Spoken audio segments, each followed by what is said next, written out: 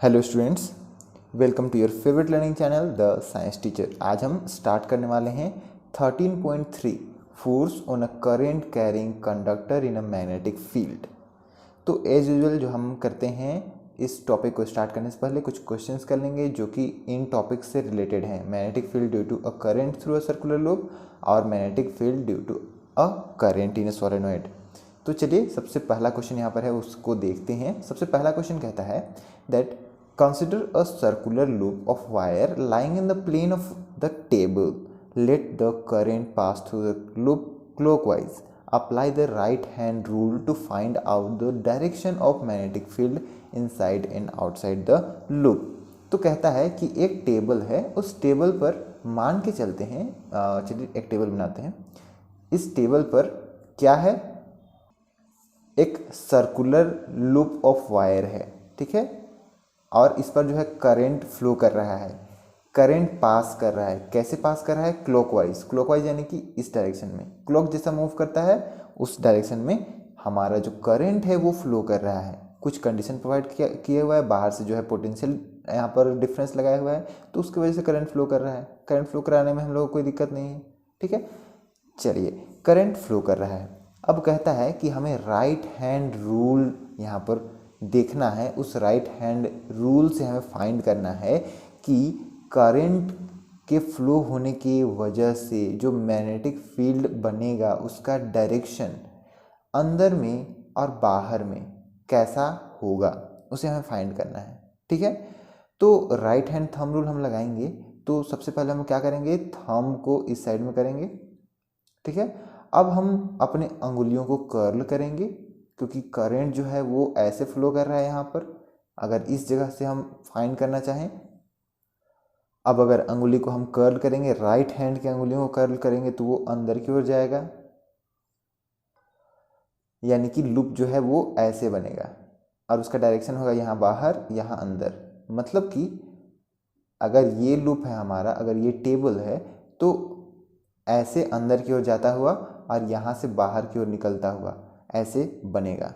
उसी तरीके से अगर इस पोजीशन पे हम जानना चाहें तो करंट इस साइड में है, हम क्या करेंगे? अपने अंगुली को, यानी कि हमारे जो थंब है, हमारे अंगूठे को हम इस डायरेक्शन में करेंगे, यानी कि ऐसे डायरेक्शन में करेंगे। अब देखेंगे हमारा राइट हैंड का जो भी उंगलियां हैं वो कैसे जा रही हैं, तो वो इस तरीके से जाएंगी। अंदर में क्या होगा? अंदर जाता हुआ दिखेगा। बाहर में क्या होगा? बाहर निकलता हुआ दिखाई देगा, ठीक है। तो ये रहेगा आपका आंसर।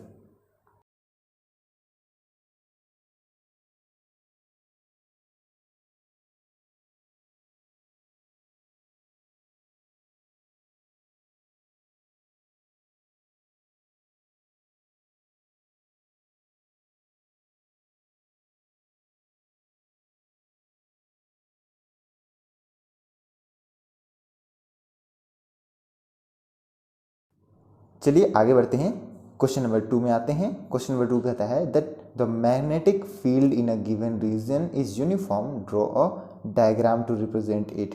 कहता है कि किसी रीजन में अगर मैग्नेटिक फील्ड यूनिफॉर्म है तो हमें उसको रिप्रेजेंट करने के लिए एक डायग्राम बनाना है।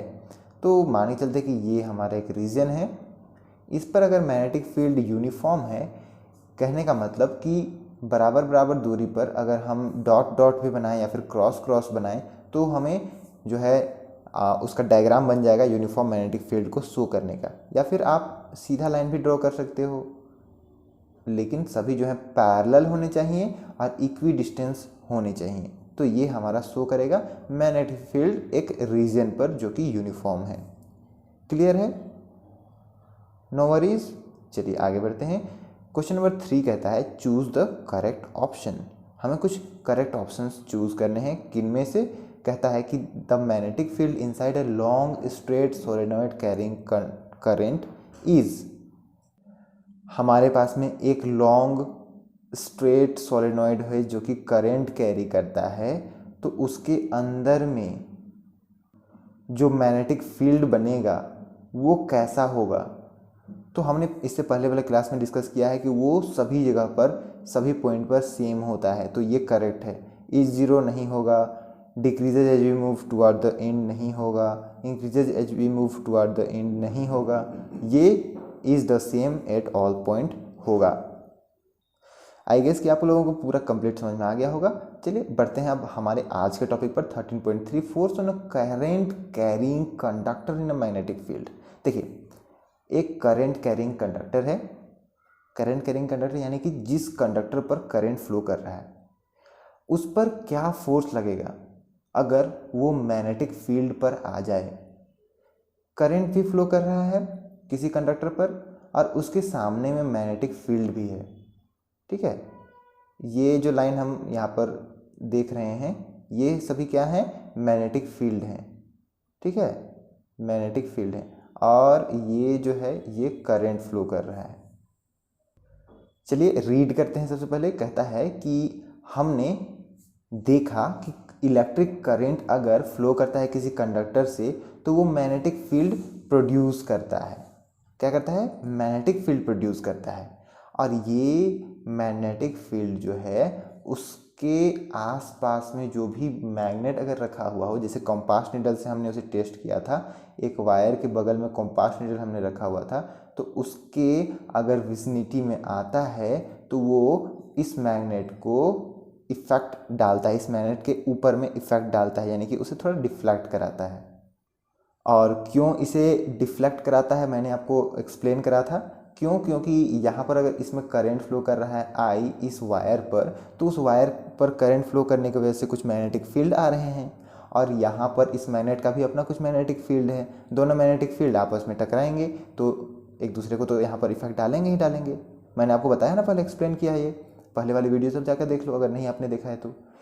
अब यहाँ देखिए, कहता है कि French scientist Andre Marie Ampere जो 1775 टू 1836 पर थे, उन्होंने ये सजेस्ट किया कि मैग्नेट जो है वो इक्वल और अपोजिट फोर्स जो है करंट कैरिंग कंडक्टर पर भी डालता है, तभी ये इफेक्ट होता होगा।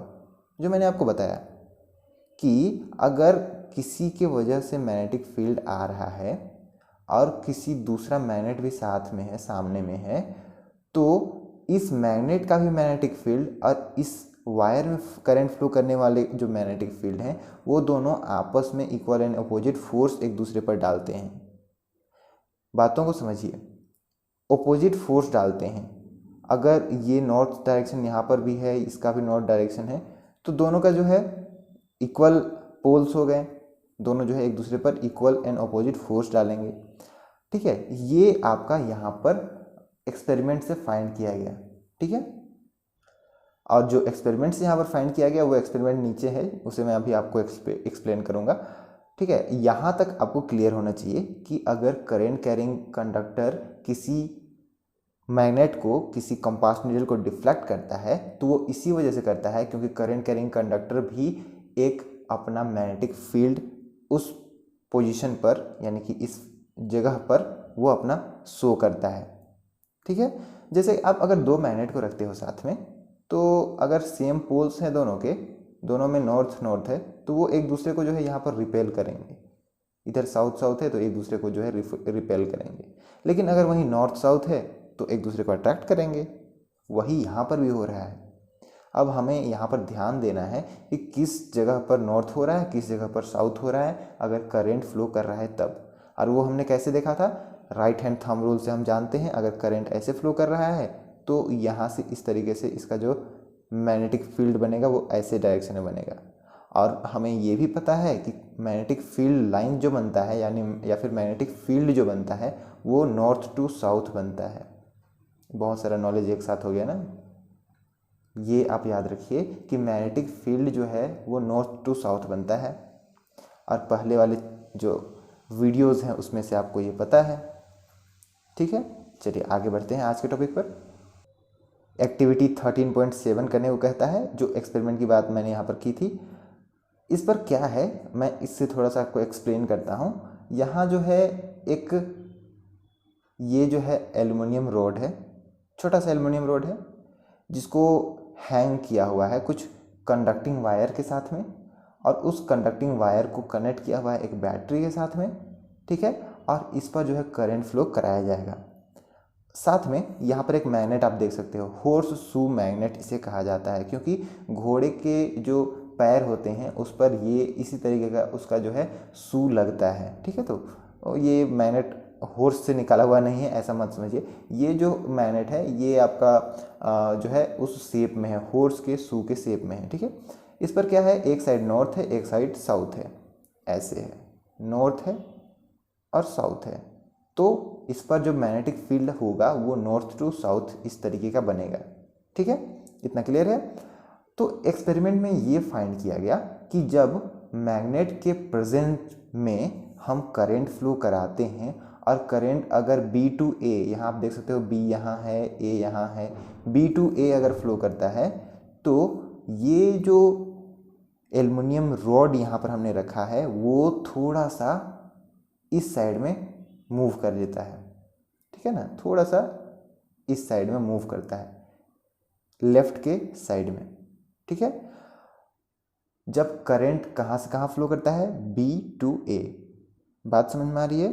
अगर current B to A flow कर रहा है, नॉर्थ और साउथ अगर ऐसे पोजीशन है, नीचे में नॉर्थ है ऊपर में साउथ है, तो जो हमारा एल्युमिनियम रोड है जो कि कंडक्टर है वो किस साइड में मूव करेगा, लेफ्ट साइड में।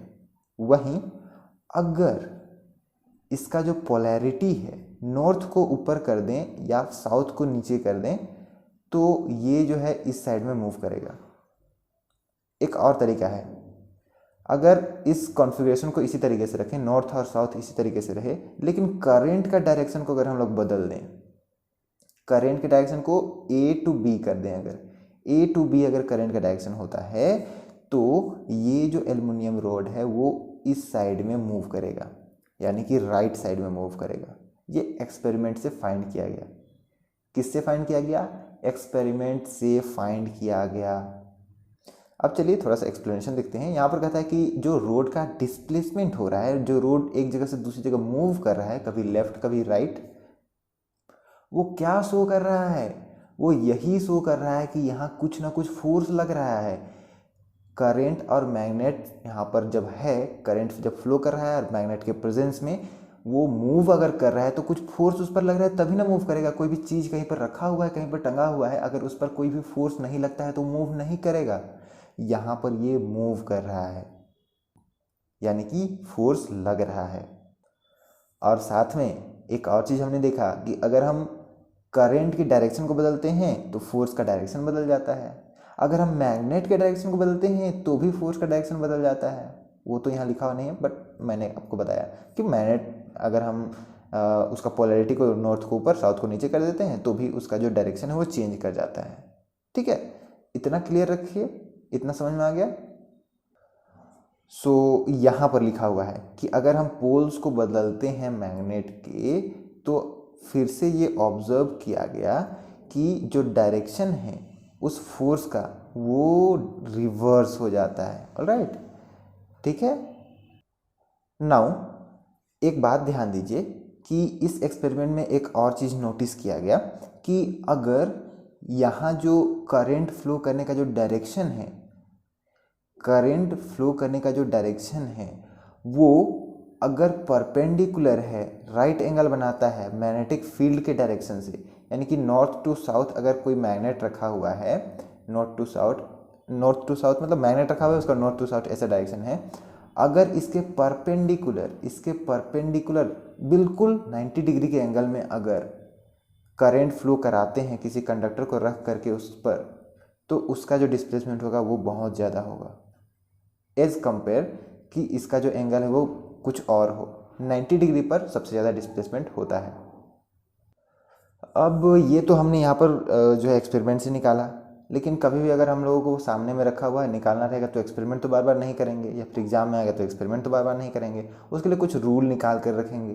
तो कुछ सिंपल रूल्स हैं, उस रूल को हम कहते हैं फ्लेमिंग्स लेफ्ट हैंड रूल।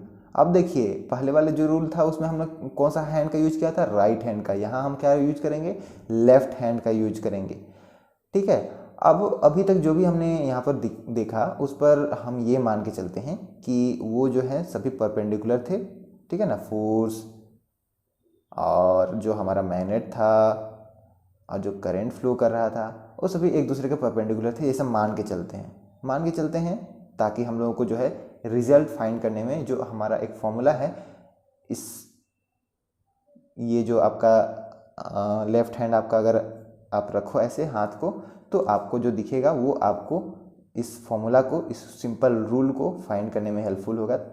क्यों, चलिए देखते हैं। यहाँ पर जैसे हमारा जो करंट है, उस करंट के डायरेक्शन में हम अपने लेफ्ट हैंड के ये वाले जो सेकेंड वाले फिंगर है उसको उस डायरेक्शन में हम लोग डायरेक्ट करते हैं, और फील्ड जो है उस फील्ड के डायरेक्शन में हम लोग अपने फर्स्ट फिंगर को हम रखते हैं। तो अगर ऐसा हम रखते हैं तो हमारा जो थंब जिस डायरेक्शन को शो करेगा वो डायरेक्शन हो जाता है डिस्प्लेसमेंट का डायरेक्शन, यानी कि जो रोड है वो किस साइड मूव करेगा। एग्जाम्पल से समझिए कि अगर हमारे पास में ये जो हॉर्स शू मैग्नेट है, वो हॉर्स शू मैग्नेट है, और जो करंट है वो यहाँ से अंदर से बाहर की ओर आ रहा है, ठीक है, अंदर से बाहर की ओर आ रहा है, ऐसे समझिए, अंदर से बाहर की ओर आ रहा है। अब करंट के डायरेक्शन को हम लोग किस डायरेक्शन शो करेंगे, ये जो फिंगर है उससे। फील्ड के डायरेक्शन हम लोग किस डायरेक्शन शो करेंगे, फील्ड के डायरेक्शन को हम लोग नॉर्थ टू साउथ होता है हमेशा, तो नॉर्थ टू साउथ शो करेंगे। अब देखिए मोशन का जो डायरेक्शन है वो कैसा आता है। करंट जो बाहर आ रहा है ये आपका ऐसा डायरेक्शन हो गया, जस्ट आपके फिगर पर ही वो फिट खा रहा है, ठीक है। आपके ये करंट का जो डायरेक्शन है बाहर की ओर है, ये उंगली यहाँ पर बाहर शो कर रहा है। फील्ड का जो डायरेक्शन है नॉर्थ टू साउथ, ये आप देख सकते हो फील्ड का डायरेक्शन, और जो फोर्स लगता है वो इस साइड में लगता है, लेफ्ट की ओर लगता है। इसमें से आप इस रूल से निकाल सकते हो या फिर एक्सपेरिमेंट से भी निकाल सकते हो, दोनों में एक ही आंसर आ रहा है, लेफ्ट के साइड आ रहा है, मतलब कि ये जो रूल है वो यहाँ पर अप्लाई हो रहा है, ठीक है। तो ये था हमारा फ्लेमिंग्स लेफ्ट हैंड रूल, और हमने यहाँ से ये देखा कि मैग्नेटिक इफेक्ट शो करता है और कुछ फोर्स लगाता है जब हम करंट फ्लो कराते हैं किसी मैग्नेटिक फील्ड के अंदर में। मतलब किसी मैग्नेटिक फील्ड के अंदर में अगर हम किसी रोड को एक पोटेंशियल डिफरेंस देते हैं, यानी कि वहाँ करंट फ्लो कराते हैं, तो वो थोड़ा मूव करता है, अपने आप को एक फोर्स एक्सर्ट करा करके मूव करता है, क्योंकि दोनों में मैग्नेटिक इफेक्ट आ जाते हैं और दोनों एक दूसरे को मैग्नेट जो है वो रिपेल करने लगते हैं। इतना क्लियर है, आगे बढ़ते हैं। उसके कुछ एग्जाम्पल यहाँ पर दिए हुए हैं, यानी कि जिस डिवाइस के अंदर में ऐसा करंट कैरिंग कंडक्टर होता है, यानी कि जहाँ पर करंट फ्लो करता है और कुछ मैग्नेटिक फील्ड लगे हुए होते हैं, उसके कुछ एग्जाम्पल हैं, जैसे इलेक्ट्रिक मोटर, इसके बारे में आपको नेक्स्ट वीडियो में बताऊंगा। इलेक्ट्रिक जनरेटर, इसके बारे में आपको बताऊंगा। लाउड स्पीकर, माइक्रोफोन्स और कुछ मेजरिंग इंस्ट्रूमेंट्स होते हैं, ठीक है। इसके बारे में आगे हम यहाँ पर बताएंगे, ठीक है, मोटर्स एंड जनरेटर्स वगैरह के बारे में। चलिए आते हैं, इतना क्लियर है, चलिए कोई बात नहीं। यहाँ आते हैं एग्जाम्पल 13.2 पर। कहता है कि एक इलेक्ट्रॉन जो है इंटर करता है एक मैग्नेटिक फील्ड पर एक राइट एंगल में, मतलब 90 डिग्री के एंगल में, ठीक है। एच सॉन इन फिगर 13.14, आप देख सकते हो 13.14। यहाँ पर ये इलेक्ट्रॉन है वो इंटर कर रहा है, मैग्नेटिक फील्ड जो है वो इस साइड में है, वहाँ इंटर करता है।